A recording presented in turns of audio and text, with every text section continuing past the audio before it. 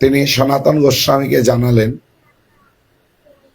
নামে রুচি জীবে দয়া বৈষ্ণব সেবন, ইহা বই ধর্ম নাহি সন সনাতন।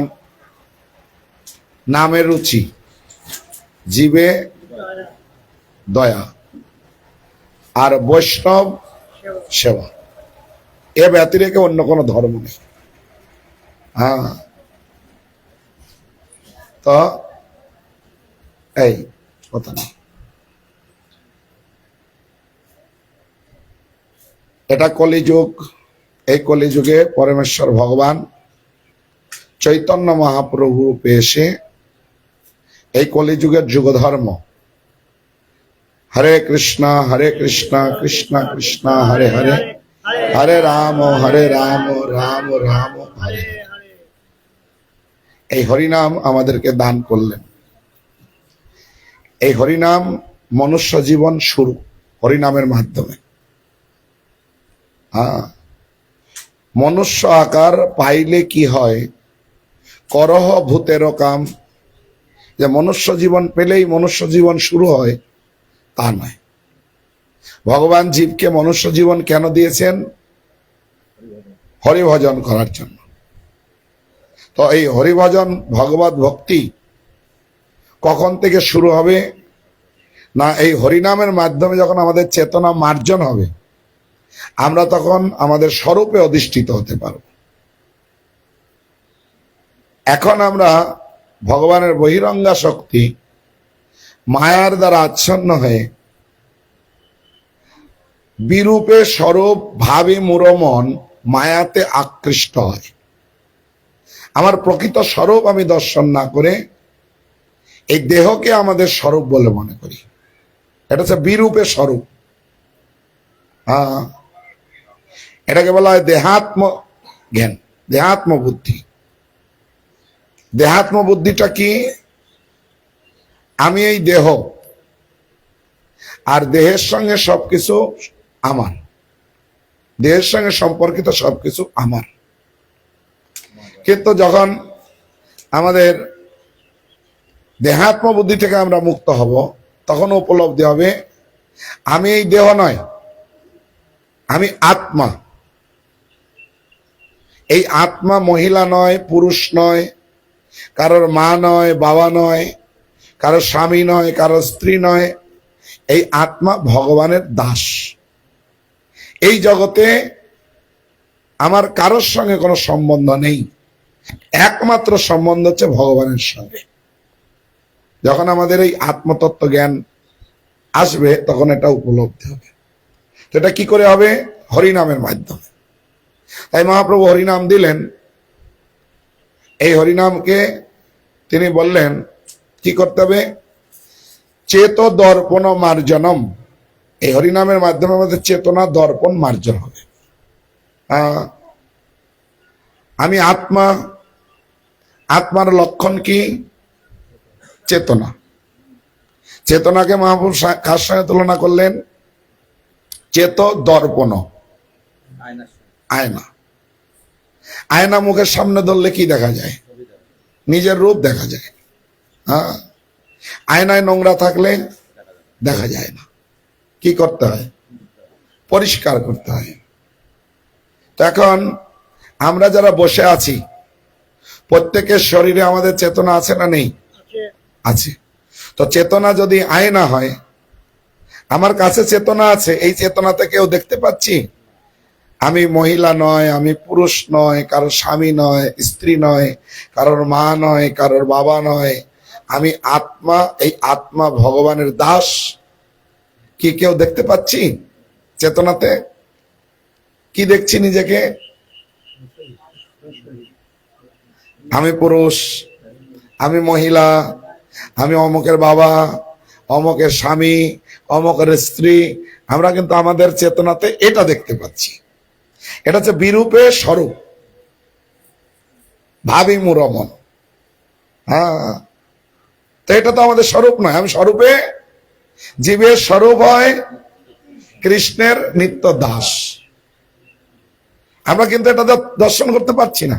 আমি স্বরূপে কৃষ্ণের দাস, এটা কিন্তু আমাদের চেতনা থেকে আমরা দেখতে পাচ্ছি না। কেন না? চেতনাতে নোংরা পড়ে আছে। হ্যাঁ, তো আয়না দিয়ে মুখ দেখতে, নোংরা আয়না দিয়ে মুখ দেখতে গেলে কি করতে হবে? পরিষ্কার করতে হবে। হ্যাঁ, তা আমাদের এই চেতনা এখন নোংরা পড়েছে, এই চেতনা পরিষ্কার করতে হবে। কি দিয়ে? এই হরিনাম দিয়ে যখন চেতনা মার্জন হবে, তখন স্বরূপে অধিষ্ঠিত হতে পারবো। তখন আমাদের উপলব্ধি হবে, দর্শন হবে, আমি কৃষ্ণের দাস, আমি অন্য কারোর দাস না। তাহলে আমি কৃষ্ণের দাস, আমার কর্তব্য কি? কৃষ্ণ সেবা করা। আর এই কৃষ্ণ ভজনে হচ্ছে মনুষ্য জীবনের উদ্দেশ্য। তখন আমার মনুষ্য জীবন শুরু হলো। কি দিয়ে শুরু হবে? হরিনাম দিয়ে। বোঝা গেল? মনুষ্য জীবন কি দিয়ে শুরু? হরিনামের মাধ্যমে মনুষ্য জীবন শুরু। তার আগে পর্যন্ত মনুষ্য জীবন শুরু হচ্ছে না। তার আগে পর্যন্ত করহ ভূতের কাম, পশু জীবন। হ্যাঁ,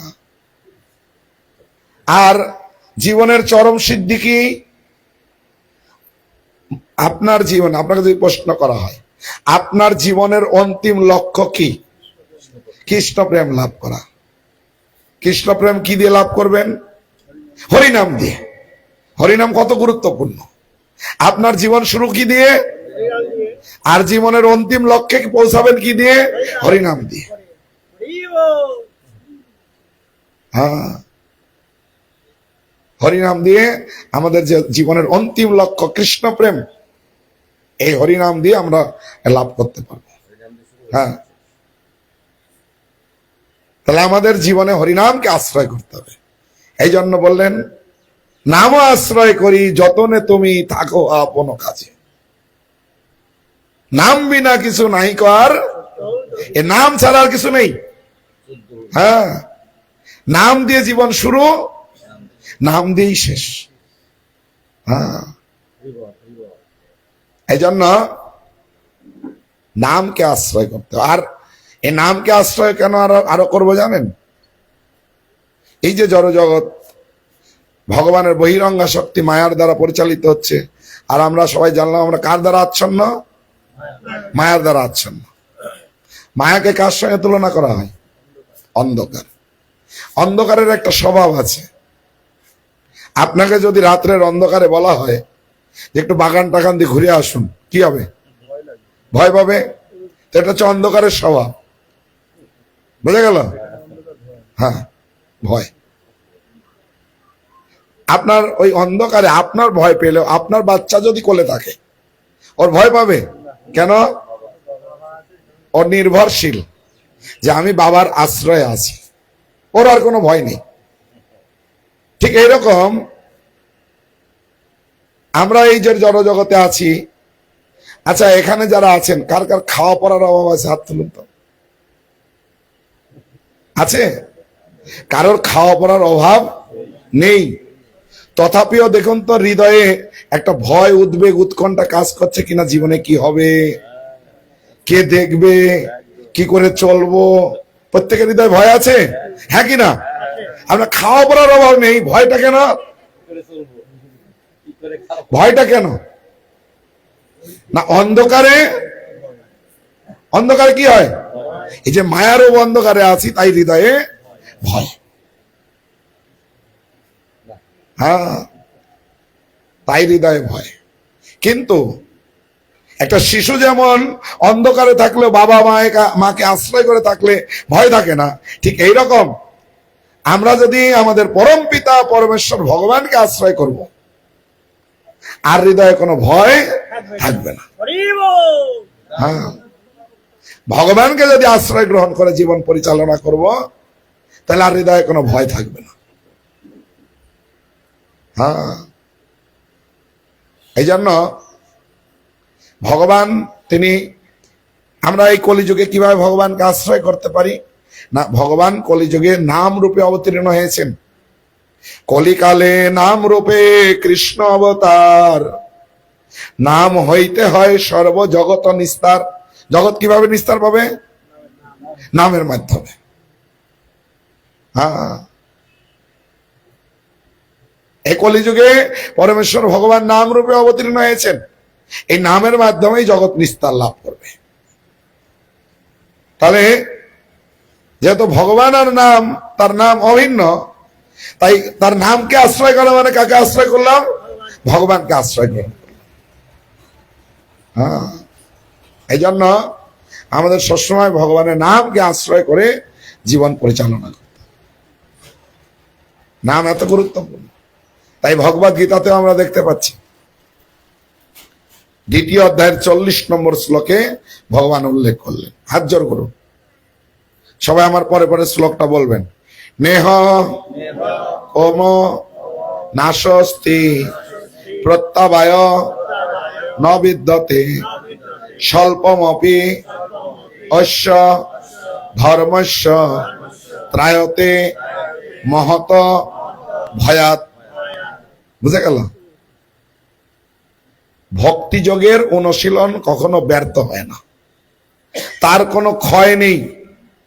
অল্প ভক্তি করলেও ক্ষতি নেই। অল্প অনুষ্ঠানও অনুষ্ঠাতাকে সংসার রূপ মহাভয় থেকে পরিত্রাণ করে। এই যে সংসারে যে আমাদের ভয়, ছোটখাটো ভয় নয়, মহাভয়। বলুন, আমাদের এই সংসারের সবচেয়ে বড় ভয় কি? মৃত্যুর ভয়। হ্যাঁ, আমরা সবাই জানি, সবাই জানেন তো মৃত্যু হবেই, হ্যাঁ কি না? সবাই জানি মৃত্যু হবে। মৃত্যুকে মেনে নিতে পারি? ভয়। হ্যাঁ, সবাই জানি মৃত্যু হবে, কিন্তু কেউ মৃত্যুকে আমরা মেনে নিতে পারি না। ভয়, সবসময় মৃত্যুকে ভয়। তো ভক্ত হলে কি হবে? মৃত্যুর ভয় আর থাকবে না। হ্যাঁ, মৃত্যুর ভয় থাকবে। এখানে খুব গুরুত্বপূর্ণ কিছু বিষয়। ভক্তি অল্প করলেও ক্ষতি নেই। অনেক সময় আমরা যখন ভক্তি শুরু করি, সাধু সঙ্গের প্রভাবে ভক্তি যখন আমরা শুরু করি, পাড়া প্রতিবেশী, আত্মীয় স্বজন বা পাড়ার কিছু বয়স্ক লোকেরা এসে বলে, তুমি হরিনাম জপ করছো, ঠিক মতো না করতে পারলে কি হবে জানো? মহাপাপ। বলে? হ্যাঁ, হ্যাঁ, মহাপাপ। আমাদেরও মনের মধ্যে এরকম, যদি না প্রভু এখন জব করতে পারবো না, কাজকর্মে ব্যস্ত থাকি, ঠিক মতো যদি না করতে পারি পাপ হবে, তাই আমরা করি না। না, তা বিষয়টা হচ্ছে দুটো জিনিস একটু উপলব্ধি করতে হবে আমাদের সবাইকেই, ভক্তদেরও উপলব্ধি করতে হবে। অনেক ভক্তই আমরা এই সম্বন্ধে জানি না। একটা হচ্ছে ভক্তি, একটা পুণ্য কর্ম। ভক্তি এখানে বললেন, আপনি যদি অল্প ভক্তি করবেন, এই ভক্তির কোনো ক্ষয় নেই। যেটুক ভক্তি করবেন ওটুকু আপনার ভক্তি থেকে যাবে।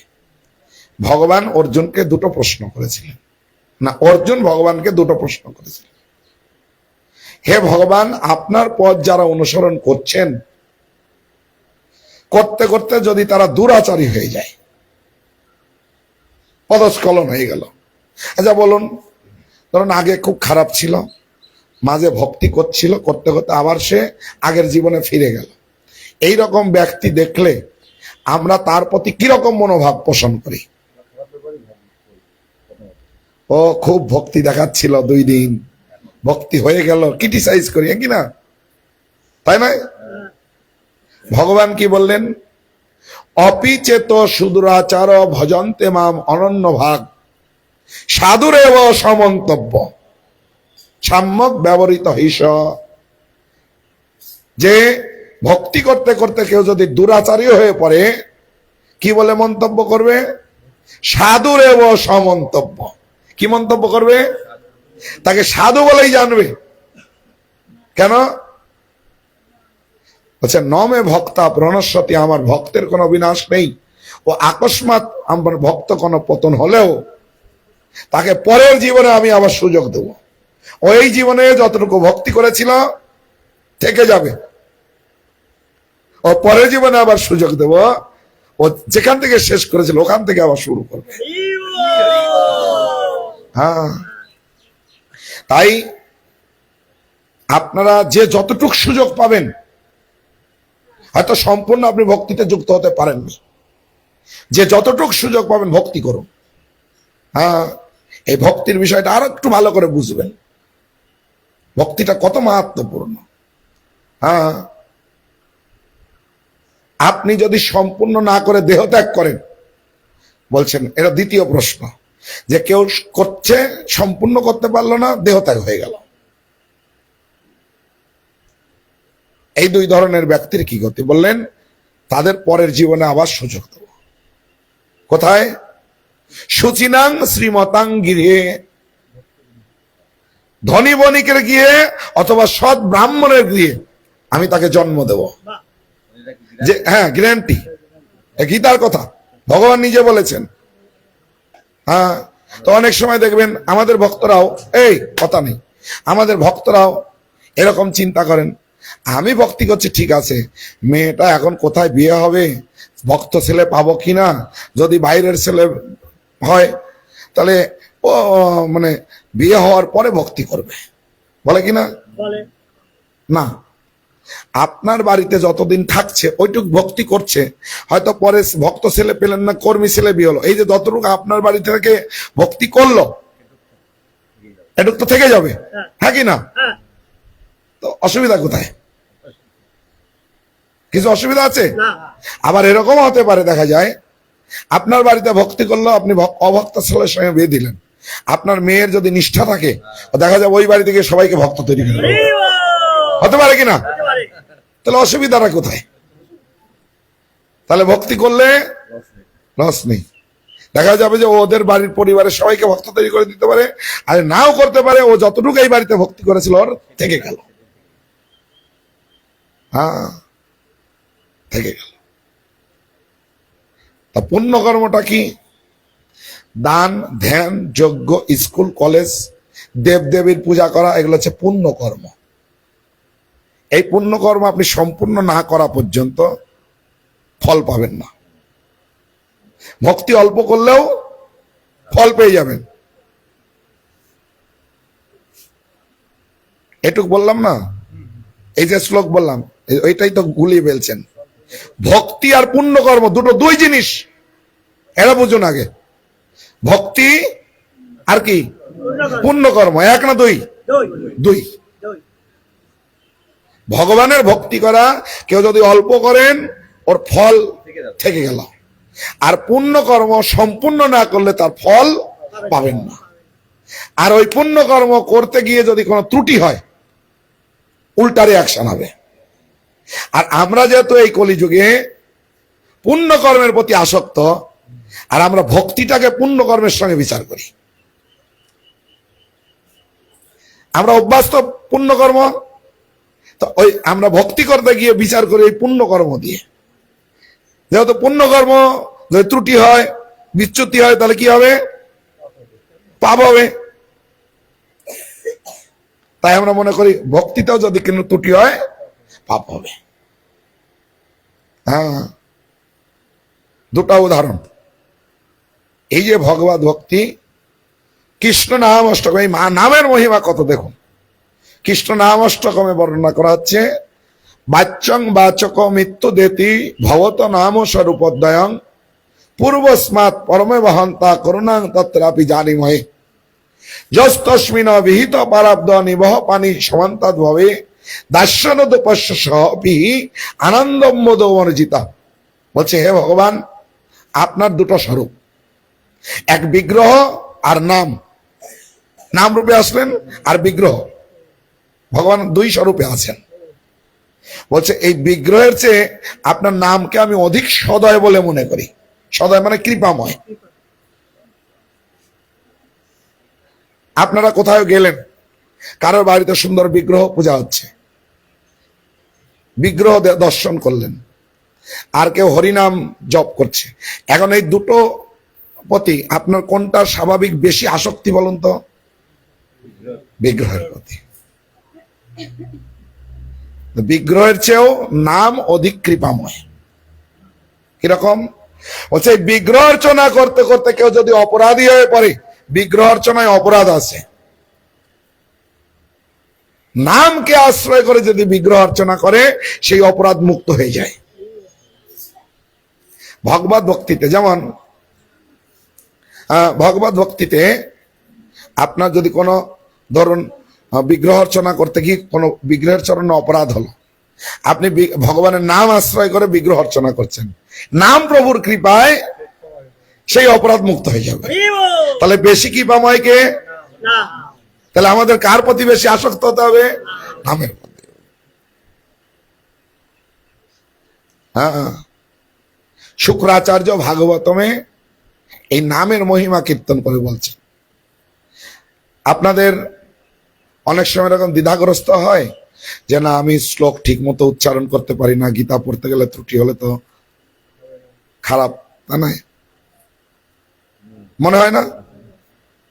তো এই বৈদিক কর্ম এই কলিযুগে কেউ সম্পূর্ণভাবে করতে পারে না, তাতে ত্রুটি থাকেই।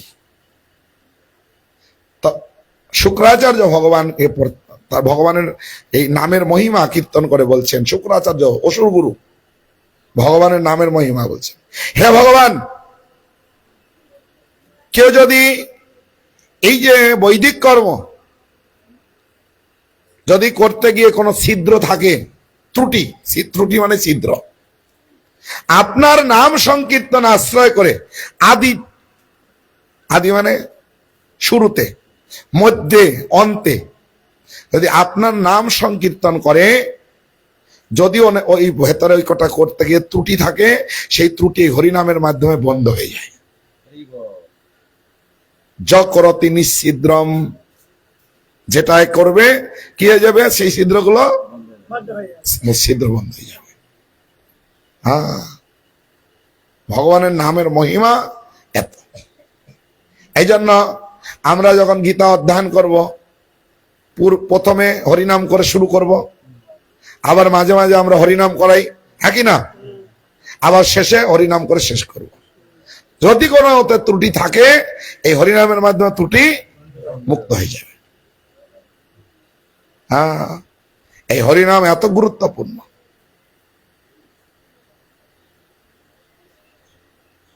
সেই জন্য নামের প্রতি আমাদের বিশ্বাস আনতে হবে, আর এই নামে আমাদের কি আনতে হবে? রুচি।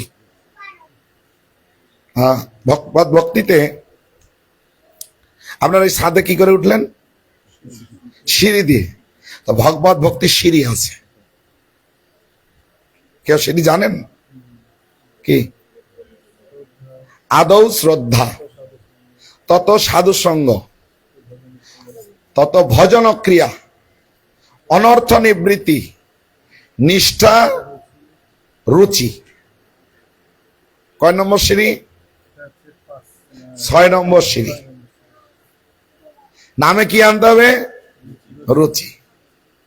রুচি মানে কি? টেস্ট। রুচি কথার অর্থ হচ্ছে টেস্ট। ধরুন একটু পরে ভোগ নিবেদন হবে, প্রসাদ দেওয়া হবে, যে কয়টা আইটেম তৈরি করা হয়েছে তার মধ্যে সবচেয়ে ভালো যেটা আইটেম আপনার জিভায় টেস্ট লাগবে, কি করবেন? চাইবেন, তাই না? আচ্ছা, ওটা নিলেন, পেট ভরে গেছে, আর খাওয়ার পেটে জায়গা নেই, সবার পরিবেশন হয়ে গেছে, ওই আইটেমটা আরো বেশি বেঁচে গেছে, কি করবেন? হ্যাঁ, আরো খাওয়ার প্রতি, যেটা রেখে দেবো পরে খাবো, হ্যাঁ কি না? তার মানে খাওয়ার প্রতি আপনার কি হলো? হ্যাঁ, তাই এরকম রুচি। এই কৃষ্ণ কথা শ্রবণ কীর্তনে, হরিনাম শ্রবণ কীর্তনে, জপে রুচি। হ্যাঁ, আর এই রুচির মাধ্যমে কি হবে? ভাগবতমের 2য় স্কন্ধে 17 নম্বর শ্লোকে সুত গোস্বামী উল্লেখ করছে। সবাই হাত জোর করুন। শ্রীনতাং সকথা কৃষ্ণ পুণ্য শ্রবণ কীর্তন হৃদয়ন্তস্ত অভদ্রাণী বিধুনতি সুরিৎসতাম। তো বলছেন ভগবান কৃষ্ণ তিনি হচ্ছেন সাধুবর্গের সুহৃদ, প্রত্যেকটা জীবের হৃদয়ে পরমাত্মা রূপে আছেন। তার কথা শ্রবণ এবং কীর্তনে রুচি যুক্ত ভক্তের হৃদয়ের ভোগ বাসনা দূর করেন। একটু আগে মনে আছে আমরা বলছিলাম আমাদের এই যে চেতনা, আমাদের প্রকৃত স্বরূপ আমরা দেখতে পাচ্ছি না। কি আছে? ময়লা, নোংরা। নোংরাটা কি? এখানে বলছে অভদ্র। এই অভদ্র বা নোংরাটা কি? ভোগ করার বাসনা। এই যে ভোগ করার বাসনা, এটা হচ্ছে অভদ্র বা নোংরা। এই বাসনার দ্বারা আমার যে প্রকৃত চেতনা, তো এই যে ভোগ করার বাসনাকে কার সঙ্গে তুলনা করা হয়? এটা হচ্ছে অন্ধকার। কাম অন্ধতম, এটাও অন্ধকার। এখন রাত্রের অন্ধকার আপনি যদি দূর করতে চান কি করবেন? লাইট জ্বালাবেন। আচ্ছা, আপনি 100 পাওয়ারের 1000 পাওয়ারের হ্যালোজিন হাজার হাজার লাগিয়ে দিলেন, সব অন্ধকার দূর করতে পারবেন? তো কৃত্রিম পন্থায় অন্ধকার দূর করা যায় না।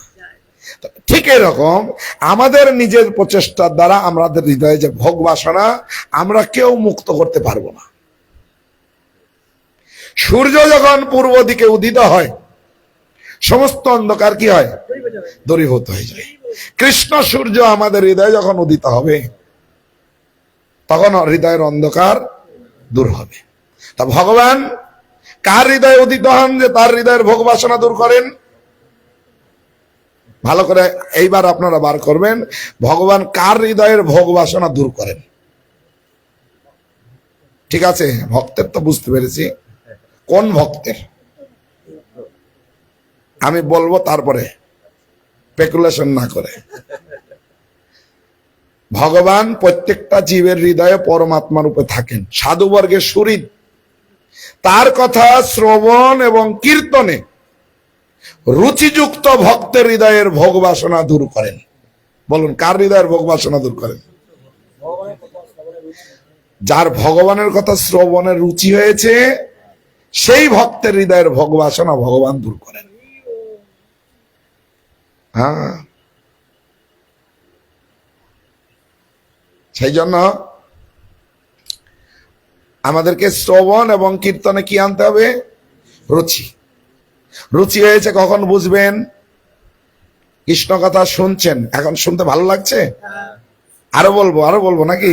না, শেষ করে দেবো? আরো শুনতে ইচ্ছা করছে, রুচি হয়েছে, তাই না? এই যে শুনতে ভালো লাগছে, আবার বাড়ি গিয়ে যারা কেউ সমালোচনা করছে ফুস করে একটু কানে ঢুকলে, কি বললেন একটু ভালো করে বলুন তো। ওটাও যদি রুচি হয় তাহলে বুঝবেন এই কৃষ্ণ কথা শ্রবণে রুচি হয়নি। বোঝা গেল না? এখানে তো শুনতে ভালো লাগছে, আরেকটু বলুন, ভালো লাগছে তো। বাড়িতে গেলেন, বাড়িতে গিয়ে কেউ কারোর, দুইজন মিলে কারো সমালোচনা করছে, আর ওইটা আপনার কানে একটু ঢুকেছে, আর তখন আপনি শুনে পূর্ণ সুন্দর, এই কি বললে আর একটু ভালো করে বলো তো, আমি শুনি। তাহলে বুঝবেন এই কথায় শ্রবণে রুচি হয়নি। হ্যাঁ, বাদ নয়, ভালো করে শুনুন, কথা কম বুঝুন। আপনাকে কেউ হয়তো অন্যের নিন্দা মন্দ করছে বা অন্য আজ জাগতিক কথা নিয়ে আলোচনা করছে, হয়তো আপনার শোনার ইচ্ছা নাই, আপনাকে জোর করে বলছে, আর আপনার হৃদয়ে মনে হচ্ছে যে এই কথা কখন বন্ধ করবে বা আমি এখান থেকে কখন পালাতে পারবো। যদি এটা হয় আর এই কথা, তখন বুঝবেন কৃষ্ণ কথা শ্রবণে রুচি হচ্ছে। বোঝা গেল? হরে কৃষ্ণ। অসুবিধা হচ্ছে কিছু? হ্যাঁ, ইকোনমিক সিস্টেম, একটা বাড়বে আর একটা কমবে।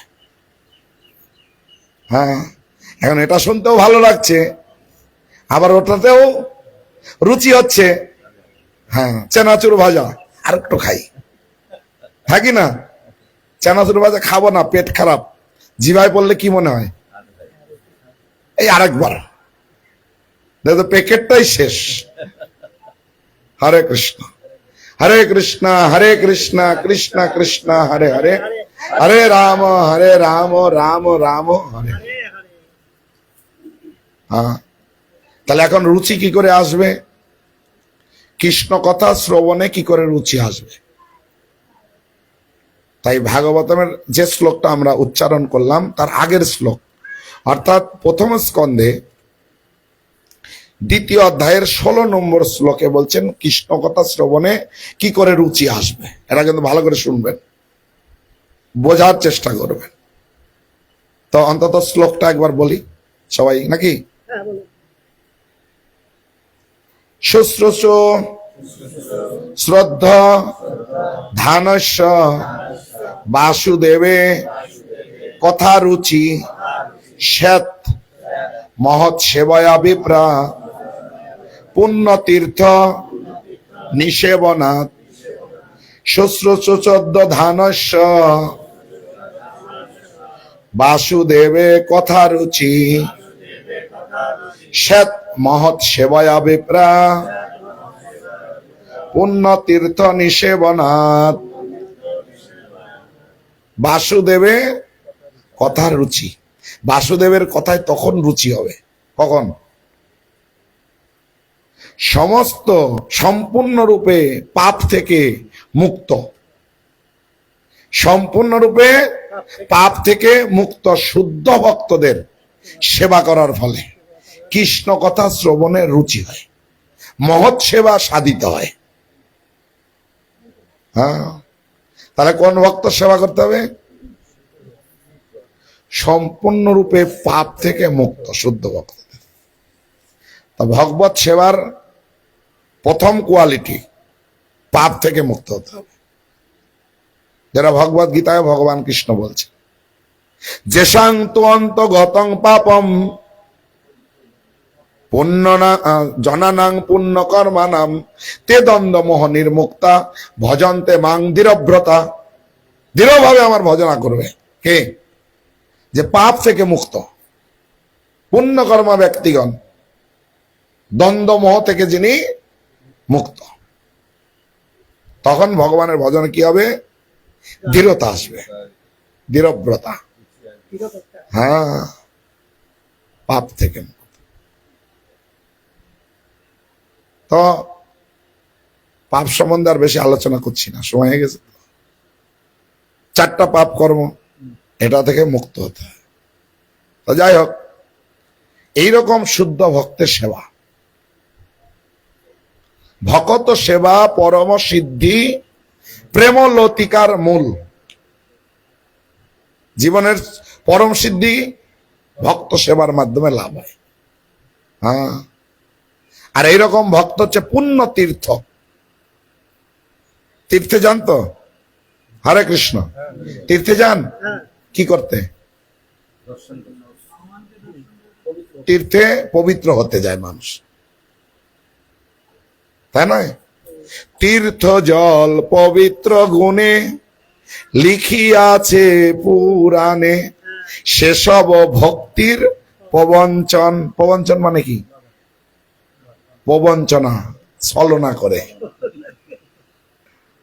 ভক্তি তো ওগুলো ছলনা করে, বুঝতে পারছেন?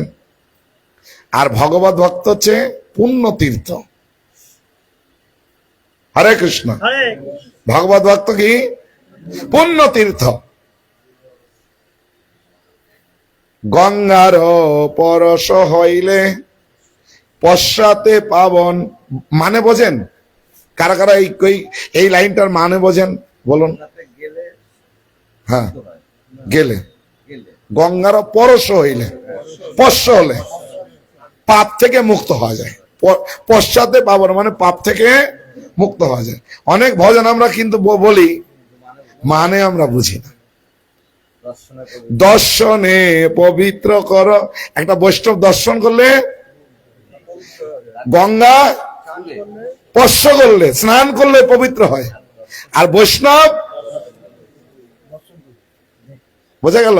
তীর্থ আর বৈষ্ণব হচ্ছে পুণ্য তীর্থ। হ্যাঁ, বৈষ্ণব হচ্ছে পুণ্য তীর্থ। এই জন্য তীর্থে যদি আমরা যে ওই অবগাহন করব, পাপ মুক্ত হবে। কিন্তু ওই ধরনের অবগাহনকে কার সঙ্গে তুলনা করেছে জানেন? কঞ্জর শৌচবৎ, হাতি স্নান। হাতির গায়ে নোংরা থাকে, স্নান করানো হলো, পরিষ্কার হয়ে গেল, আবার ডাঙায় বেঁধে দিলে কি করে? তা মানুষ গঙ্গায় গিয়ে স্নান করলো, পাপ মুক্ত হয়ে গেল, বাড়িতে এসে কি করে? তা এটা কি হলো? হাতি স্নান। আর বৈষ্ণবের সঙ্গ হলে হৃদয়ের যে পাপ প্রবৃত্তি মুক্ত হয়ে যাবে, আর কখন সে পাপ কর্মে আর লিপ্ত হবে না। তাহলে কোনটা পাওয়ারফুল? বৈষ্ণব। হ্যাঁ, বৈষ্ণব উন্নতি। এই বৈষ্ণবের মহিমা কত দেখুন।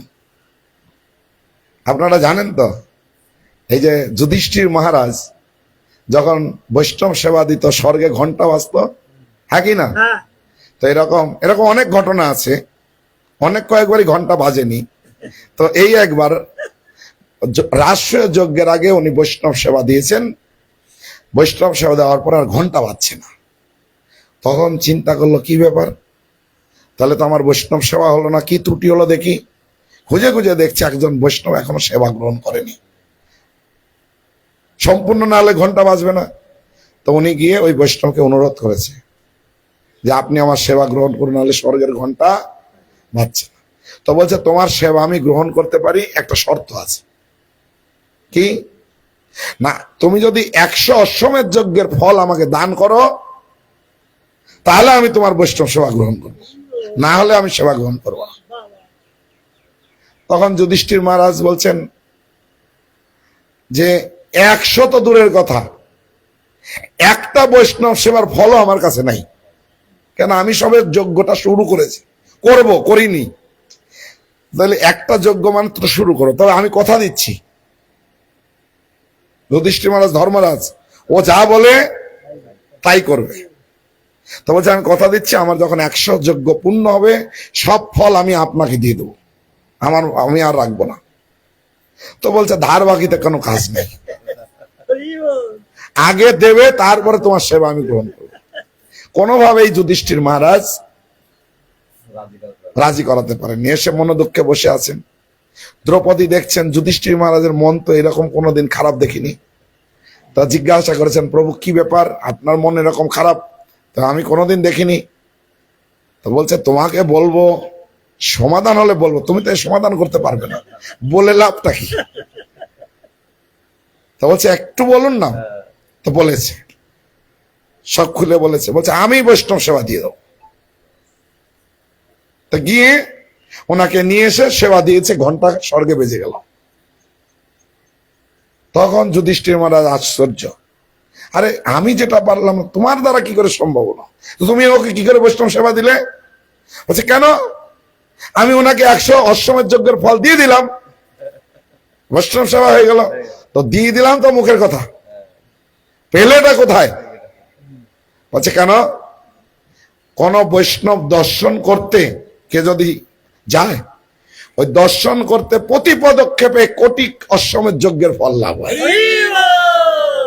কোন বৈষ্ণব দর্শন তো দূরের কথা, আপনি দর্শন করতে যাবেন, তার জন্য আপনি পা ফেলেছেন, প্রতি পদক্ষেপে কত অশ্বমেধ যজ্ঞের ফল পাবেন? তো ওনাকে আমি দর্শন করতে গিয়ে কত ফল হয়েছে, অশ্বমেধ যজ্ঞের ফল। সেখান থেকে 100 যজ্ঞের ফল কিছুই না, দিয়ে দিয়েছি। হ্যাঁ, এটা হচ্ছে বৈষ্ণবের মহিমা। হ্যাঁ, বৈষ্ণবের মহিমা। এই জন্য বৈষ্ণব সেবা। মহাপ্রভু যখন পুরীতে ছিলেন, কি নাম? না, রামচন্দ্র খান না, শিবানন্দ সেন না, ওই সপ্তগ্রামে বাড়ি ছিল, আমি নামটা ভুলে গেছি। তো ওই ভক্ত কি যেন নাম, যাই হোক, উনি মহাপ্রভু ওই শিবানন্দ সেন ভক্তদের নিয়ে যেতেন, কিন্তু ওই একজন ভক্ত তিনি মহাপ্রভু থেকে যখন ফিরে আসবেন মহাপ্রভু প্রণাম করতে গিয়েছেন, গিয়ে জিজ্ঞাসা করছেন মহাপ্রভু গৃহস্থের ধর্ম কি? বলছে গৃহস্থের ধর্ম বৈষ্ণব সেবা। তো বলছে বৈষ্ণব কি করে চিনব? তো মহাপ্রভু বললেন যার মুখে এক কৃষ্ণ নাম সেই তো জানিও বৈষ্ণব প্রধান। হ্যাঁ, এক কৃষ্ণ নাম, এক কৃষ্ণ নাম মানে সে কৃষ্ণ নাম ছাড়া আর অন্য কোনো আরাধনা করে না। হ্যাঁ, তো চলে আসলেন, পরের বছর আবার গেলেন মহাপ্রভুর দর্শনে। ওখান থেকে মহাপ্রভু দর্শন করে যখন আবার ফিরবেন, আবার প্রণাম করে মহাপ্রভুকে জিজ্ঞাসা করলেন মহাপ্রভু গৃহস্থের ধর্ম কি? একই প্রশ্ন। মহাপ্রভু বললেন বৈষ্ণব সেবা। তো বৈষ্ণব কি করে চিনব? মহাপ্রভু বললেন যার মুখে নিরন্তর কৃষ্ণ নাম সেই তো জানিও বৈষ্ণব প্রধান। একই উত্তর না আলাদা? একটু আলাদা। প্রথমে এক কৃষ্ণ নাম, আর দ্বিতীয় নিরন্তর কৃষ্ণ নাম। হ্যাঁ, চলে আসলেন পরের বছর, আবার গেলেন, যখন তিনি ফিরবেন মহাপ্রভুর দর্শনে গিয়েছেন, প্রণাম করে মহাপ্রভুকে হাত জোর করে বলছেন মহাপ্রভু গৃহস্থের ধর্ম কি? বলছে গৃহস্থের ধর্ম বৈষ্ণব সেবা। কি করে বৈষ্ণব চিনব? বলছে দাকে দেখলে মুখে আইসে কৃষ্ণ নাম সেই তো জানিও বৈষ্ণব প্রধান। যাকে দেখলেই মুখে কৃষ্ণ নাম আসবে তা জানবেন বৈষ্ণব, সে বৈষ্ণব প্রধান। হ্যাঁ, তো এখানে 3 ধরনের বৈষ্ণবের কথা মহাপ্রভু উল্লেখ করেছেন, কনিষ্ঠ, মধ্যম, উত্তম। হ্যাঁ, 3 বছরে 3টা বৈষ্ণবের কথা। তো এই জন্য আমাদের এই বৈষ্ণব সেবা খুব গুরুত্বপূর্ণ। এই ভক্ত সেবাই হচ্ছে আমাদের জীবনের চরম সিদ্ধি। হ্যাঁ, এখন ভক্ত সেবা মানে কি? প্রভুপাদ বলছেন আমাদের এরকম অনুশোচন হয় না, প্রভুদের বাড়িতে ডাকতে পারি না, একটু সেবা দিতে পারি না। কার কার অনুশোচনা হয়? হ্যাঁ, তো প্রভুপাদ কি বলছেন ভক্ত সেবা মানে কি? ভক্ত সেবার প্রকৃত অর্থ হচ্ছে, প্রভুপাদ বলছেন, তার কাছে ভগবানের কথা শ্রবণ করা। এটা হচ্ছে প্রকৃত ভক্ত সেবা। আর সেই শিক্ষা অনুসারে নিজের জীবনকে পরিচালনা করা। হ্যাঁ, আমি তাকে ডেকে ডেকে নিয়ে ভালো মন্দ খাওয়ালাম, তার নির্দেশ আমি একটাও, তাহলে কি সেবা হবে? খুশি না। যেন প্রকৃত ভক্ত সেবা হচ্ছে আপনি যতই, এটাও দৈহিক সেবা ঠিক আছে, সেই সঙ্গে ভক্তের কাছে ভগবানের কথা শ্রবণ করে তার শিক্ষা অনুসারে জীবনকে পরিচালনা করা। না, একজন প্রকৃত যে ভক্ত, ভক্ত প্রথম হচ্ছে সেবা মানে কি? সেবা মানে হচ্ছে সেব্যের সন্তুষ্টি বিধান। তা কোন ভক্তকে যে আমি সন্তুষ্ট করব, ভক্ত কি করে সন্তুষ্ট হয়? না, সেবা তো ঠিক আছে, তো কোন ভক্ত তখনই সন্তুষ্ট হয় যখন আপনি তার নির্দেশ অনুসারে আপনার জীবনকে আপনি ভগবানের সেবায় যুক্ত করেছেন। হ্যাঁ, একজন ভক্ত দেখবে জগতের মানুষ ভগবত ভক্তি পরায়ণ হচ্ছে, তখন দেখে হৃদয়ে কি হয়? আনন্দ হয়। হ্যাঁ, আনন্দ হয়। এটা হচ্ছে ভক্তকে সন্তুষ্ট করার একমাত্র পন্থা। এই জন্য আমাদেরকে এই ভগবত ভক্তি তার শিক্ষা অনুসারে পরিচালনা করে এই ভগবত ভক্তি জগতে প্রচার করা। এটা হচ্ছে জীবে দয়া। 3টা জিনিস না, নামে রুচি, জীবে দয়া আর বৈষ্ণব সেবন, কানেক্টেড। হ্যাঁ, নামে কি করে রুচি আসবে? বৈষ্ণব সেবার মাধ্যমে। আর বৈষ্ণবকে কি করে খুশি সেবা করতে পারবো? নিজে ভক্তি করব আর অন্যকে ভক্তি দান করে অন্যকে উপকার করে, এটা হচ্ছে প্রকৃত পরোপকার, ভক্তি দান করা। এমনি সাধারণত আমরা পরোপকার মানে কি মনে করি? গরিব দুঃখীকে খেতে দেওয়া, তাই নয়?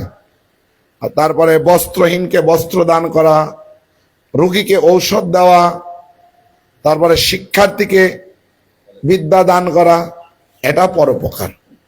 এই ধরনের পরোপকারকে মহাপ্রভু ফোঁড়া গায়ে হাওয়া দেওয়ার সঙ্গে তুলনা করেছেন।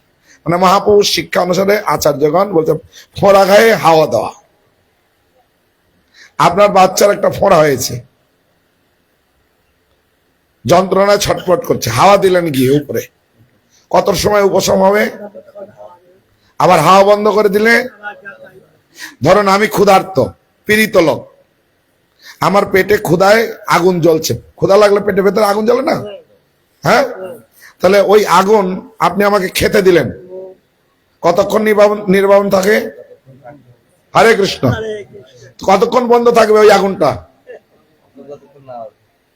4 ঘন্টা থেকে 5 ঘন্টা। 5 ঘন্টা পরে আবার কিন্তু ভেতরে কি হবে? আগুন জ্বলতে থাকবে।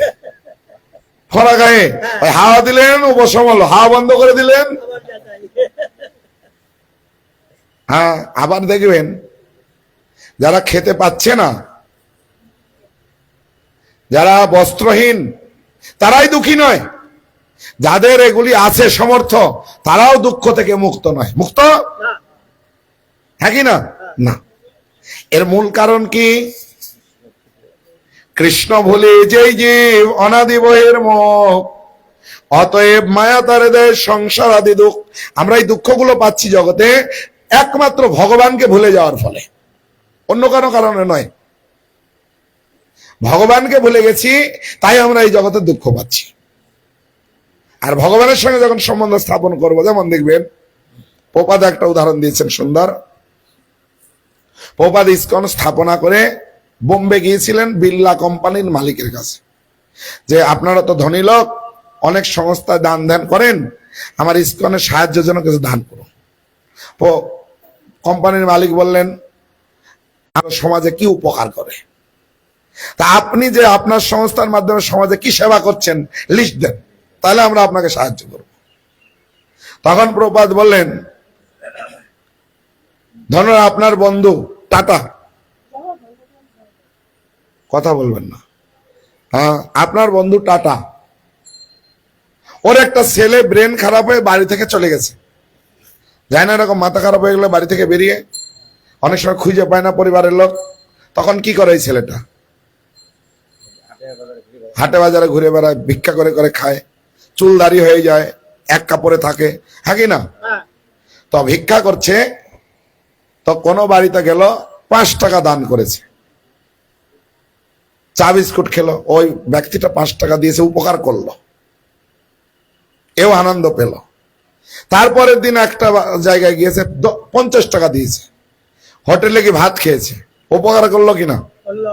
তো বললো পরের দিন ভিক্ষা করতে করতে আপনার কাছে এসছে, আর আপনি দেখে চিনতে পেরেছেন আপনার বন্ধুর ছেলে, ওকে কিভাবে উপকার করবেন? উনি তখন বললেন, ওর হাত ধরে আমি আমার গাড়িতে তুলবো, তুলে সোজা ওর বাবার কাছে পৌঁছিয়ে দেবো। তো প্রভুপাদ বলেন, এটা এই উপকারটা আমরা করছি কেন? ওর বাবা হচ্ছে ধনী, ওর বাবার কাছে যখন ফিরে নিয়ে যাওয়া হবে, বাবা ট্রিটমেন্ট করে রোগ সারিয়ে দিবে, আর কি ওর ভিক্ষা করার দরকার আছে? না। ওই কষ্টটা কেন পাচ্ছিল? বাবাকে ভুলে গেছে। ঠিক এরকম আমাদের পরম পিতা পরমেশ্বর ভগবান, তিনি বিশ্ব ব্রহ্মাণ্ডের মালিক, আমরা তার থেকে বিচ্যুত হয়ে এই জগতে এরকম সব পাগলের মতো ঘুরে বেড়াচ্ছি, কষ্ট পাচ্ছি। আমরা যখন ভগবানের কাছে ফিরে যাব, আর আমাদের ভিক্ষা করার আর প্রয়োজন নেই। হ্যাঁ, তিনি বিশ্ব ব্রহ্মাণ্ডের মালিক। হ্যাঁ, তাই বলছে